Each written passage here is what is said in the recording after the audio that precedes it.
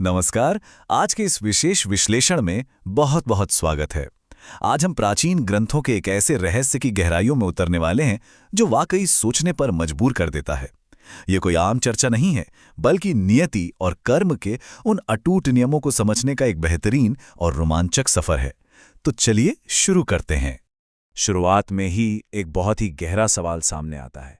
क्या स्वयं भगवान का हस्तक्षेप भी कर्म के इस अटल कानून को बदल सकता है? क्या नियति को मोड़ा जा सकता है? आज का हमारा ये विश्लेषण इसी रहस्य से पर्दा उठाएगा। ये पूरी कहानी एक ऐसी पहेली है जिसे हम इन कथाओं के जरिए सुलझाने की कोशिश करेंगे। तो चलिए सीधे चलते हैं भाग 1 की तरफ। कंस और आकाशवाणी, मथुरा का अंधकार। मथुरा का राजा कंस एक निहायती क्रूर तानाशाह था। सत्ता के लालच में उसने अपने ही पिता को राजगद्दी से हटा दिया था। लेकिन इस पत्थरदिल इंसान में भी एक नर्म कोना था, और वो था अपनी बहन देवकी के लिए उसका बेहद गहरा और रक्षात्मक प्रेम। वो अपनी बहन पर जान छिड़कता था, और यही विरोधाभास आगे चलकर सबसे बड़े विश्वासघात की नींव बनता है। देवकी और वासुदेव के विवाह के बाद जब कंस बड़ी खुशी खुशी अपनी बहन को विदा कर रहा था, तब अचानक एक आकाशवाणी ने पूरे जश्न को हिलाकर रख दिया। उस गूंजती हुई आवाज ने कहा, सावधान क्रूर कंस, जिस बहन को तू इतने प्रेम से विदा कर रहा है, उसी के गर्भ से जन्म लेने वाला 8वां पुत्र तेरी मृत्यु का कारण बनेगा। बस इस एक भविष्यवाणी ने सब कुछ पलट कर रख दिया। डर इंसान के दिमाग को कैसे काबू कर लेता है, ये उसका एक बेहद सटीक उदाहरण है। जब देवकी की पहली संतान हुई तो कंस के अंदर थोड़ी ममता जागी, क्योंकि खतरा तो 8वें बच्चे से था ना। लेकिन तभी ऋषि नारद ने कंस के दिमाग में एक ऐसी उलझन डाल दी। उन्होंने एक कमल का फूल दिखाकर पूछा कि इस फूल की पहली पत्ती कौन सी है और 8वीं कौन सी। इस एक पहेली ने कंस के अंदर ऐसा खौफ पैदा कर दिया कि उसने सोचा शायद पहली संतान ही 8वीं हो। इसी शक के चलते उसने अपनी ही बहन को बेड़ियों में जकड़ दिया और उसके नवजात शिशुओं की बड़ी बेरहमी से हत्या करनी शुरू कर दी। अब यहां से कथा की गति एकदम तेज हो जाती है। भाग 2, मध्यरात्रि का चमत्कार, श्री कृष्ण का जन्म। देवकी अब 8वीं बार गर्भवती थी और वक्त आ गया था उस चमत्कारिक रात का। श्रावण महीने की वो अष्टमी तिथि थी।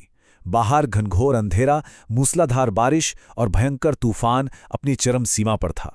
तभी वहां भगवान विष्णु स्वयं प्रकट हुए। उन्होंने वासुदेव को एक ईश्वरीय आदेश दिया कि इस नवजात बालक को किसी तरह सुरक्षित गोकुल ले जाएं और वहां नंद के घर जन्मी एक कन्या के साथ इसे बदल दें। सोचिए, वो कोई साधारण रात नहीं थी। ऐसा लग रहा था जैसे प्रकृति भी इस महान घटना का हिस्सा बन रही थी।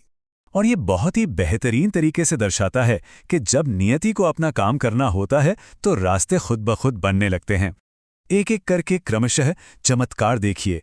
कालकोठरी की भारी जंजीरें टूटकर गिर गईं, पहरेदार गहरी नींद में डूब गए। मूसलाधार बारिश से बालक को बचाने के लिए स्वयं शेषनाग ने अपना फन फैला लिया और उफनती हुई यमुना नदी ने अपना वेग रोककर वासुदेव को आगे बढ़ने का सुरक्षित रास्ता दे दिया। जब वासुदेव उस कन्या को लेकर वापस लौट आए और कंस को इसकी भनक लगी तो वो दौड़ता हुआ कारागार पहुंचा। कंस ने उस नन्ही सी बच्ची को पटक कर मारने के लिए जैसे ही अपना हाथ बढ़ाया, वो कन्या उसके हाथों से फिसल गई। हवा में उड़ते हुए उसने देवी दुर्गा का रूप धारण कर लिया और एक खौफनाक चेतावनी दी, तुझे मारने वाला गोकुल में बिल्कुल सुरक्षित है। वो तुझे तेरे सारे पापों का दंड देगा।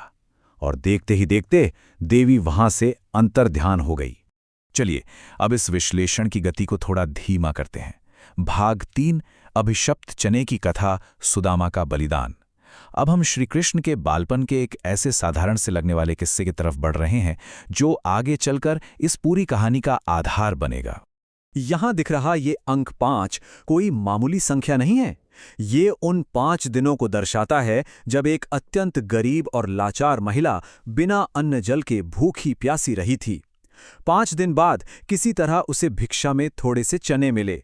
लेकिन किस्मत का खेल देखिए, कुछ चोरों ने उन चनों को सोने के जेवर समझकर चुरा लिया और भागते वक्त हड़बड़ी में वो चने महर्षि संदीपनी के आश्रम में ही छोड़ गए।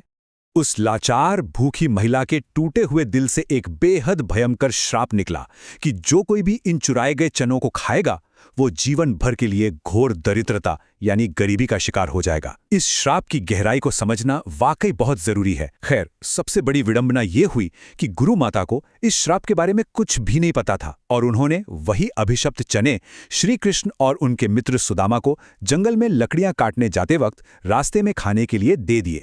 अब जरा इस स्थिति के बारे में सोचिए। सुदामा, जो अत्यंत ज्ञानी थे, उन्हें किसी तरह इस श्राप का आभास हो गया था। अब उनके सामने कैसा धर्म संकट खड़ा हो गया होगा। क्या सुदामा अपने ईश्वरीय मित्र को वो चने खाने देते और इस पूरी दुनिया को गरीबी के अंधकार में धकेल देते? बिल्कुल नहीं। सुदामा ने चुपचाप एक ऐसा बलिदान दिया जो सच में दिल को झकझोर देता है।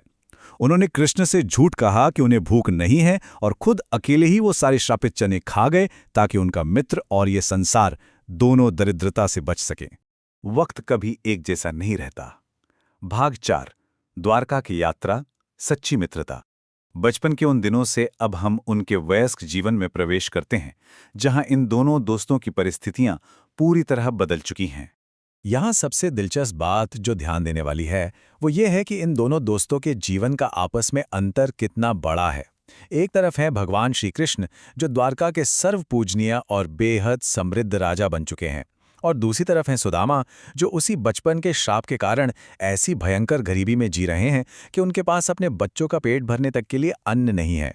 ये वही श्राप है जो अब अपना पूरा असर दिखा रहा था। कई कई दिनों तक भूखे रहने के बाद आखिरकार अपनी पत्नी के बहुत समझाने पर सुदामा द्वारका जाने को तैयार हुए। भेंट के नाम पर क्या था उनके पास? पड़ोस से मांगकर लाए गए मुट्ठी भर चावल। नंगे पैर, रास्ते के कांटों की चुभन और पथरीले रास्तों को सहते हुए सुदामा किसी तरह द्वारका पहुंचे, और वहां महल के पहरेदारों ने उनके फटे पुराने कपड़े देखकर उनका खूब मजाक उड़ाया। सच पूछिए तो ये अपमान और ऐसी शारीरिक पीड़ा किसी भी इंसान का मनोबल तोड़ने के लिए काफी है। लेकिन जैसे ही सुदामा का नाम श्री कृष्ण के कानों तक पहुंचा, सब कुछ रुक गया। द्वारिकाधीश अपना राजकाज छोड़कर नंगे पांव महल के द्वार की ओर दौड़ पड़े। उन्होंने अपने उस बाल सखा को कस के गले लगाया, उन्हें अंदर लाकर अपने राज सिंहासन पर बिठाया, और जब कृष्ण ने सुदामा के कांटों से छलनी हुए पैरों को देखा ना, तो इतने भावुक हो गए कि उनकी आंखों से आंसुओं की धारा बह निकली। उन्हीं आंसुओं से उन्होंने अपने मित्र के चरण धोए और उन मामूली मांगे हुए चावलों को उस महान राजा ने अत्यंत प्रेम और आनंद के साथ खाया। तो चलिए देखते हैं कि अंत में क्या हुआ। जब सुदामा द्वारका से लौट रहे थे तो उनके मन में एक संकोच था कि कृष्ण ने उन्हें कुछ दिया तो नहीं, लेकिन जब वो खाली हाथ अपने गांव लौटे तो वो दंग रह गए। उन्होंने देखा कि जहां उनकी टूटी फूटी झोपड़ी थी, वहां अब एक विशाल और भव्य महल खड़ा है। उनकी पत्नी और बच्चे रांची कपड़ों और सुख सुविधाओं से घिरे थे। कृष्ण ने बिना कुछ कहे, बिना सुदामा के मांगे ही उनकी सारी दरिद्रता को हमेशा हमेशा के लिए मिटा दिया था। और अब हम इस विश्लेषण के सबसे महत्वपूर्ण दार्शनिक शिखर पर पहुंचते हैं। भाग 5, कर्म का नियम, अटल सत्य। ये वो हिस्सा है जो कृष्ण के जन्म और सुदामा की कथा, इन दोनों को एक साथ पिरो देता है। इस तथ्य पर थोड़ी गहराई से विचार कीजिएगा। स्वयं परमात्मा जिसके सबसे करीबी मित्र हों, उस सुदामा को भी बचपन में खाए गए उन श्रापित चनों का कड़वा फल तो भुगतना ही पड़ा। सुदामा का वो दुख, वो इतनी कठोर गरीबी कोई संयोग नहीं थी। ये उनके द्वारा किए गए कर्मों का एक अटल, ना मिटने वाला परिणाम था, जो साफ साफ ये साबित करता है कि कर्म कभी किसी को नहीं छोड़ते। अपने किए का परिणाम तो हर किसी को भोगना ही पड़ता है। तो इस पूरे विश्लेषण के मुख्य बिंदु क्या निकल कर आते हैं? पहला, कर्म एक ऐसा सार्वभौमिक नियम है जो दुनिया के हर जीवित प्राणी को बांधता है। दूसरा, निस्वार्थ भाव से की गई भक्ति और त्याग, जैसे सुदामा ने इस संसार को बचाने के लिए किया, उसका परिणाम अंत में हमेशा सुखद ही होता है। और तीसरा, सबसे अहम बिंदु, ईश्वरीय कृपा भी हमारे पिछले कर्मों के साथ संतुलन बनाकर ही काम करती है। देखिए, कर्म का दुख तो सहना ही पड़ता है, लेकिन निस्वार्थ प्रेम अंततः उस परम कृपा को आकर्षित कर ही लेता है। तो इस विश्लेषण के अंत में छोड़ जाते हैं एक ऐसे सवाल के साथ जो शायद हम सबको बहुत गहराई से सोचने पर मजबूर कर देगा। अगर स्वयं भगवान के सबसे प्रिय और सबसे करीबी सखाओं को भी अपने अतीत के कर्मों की गूंज से छुटकारा नहीं मिल सका, तो सोचिए आज के वक्त में हम सब अपने आने वाले कल की नियति को कितनी समझदारी और जागरूकता के साथ गढ़ रहे हैं। बस इसी विचार के साथ आज की इस चर्चा को यहीं विराम देते हैं। इस ज्ञान भरे सफर में साथ बने रहने के लिए बहुत बहुत शुक्रिया।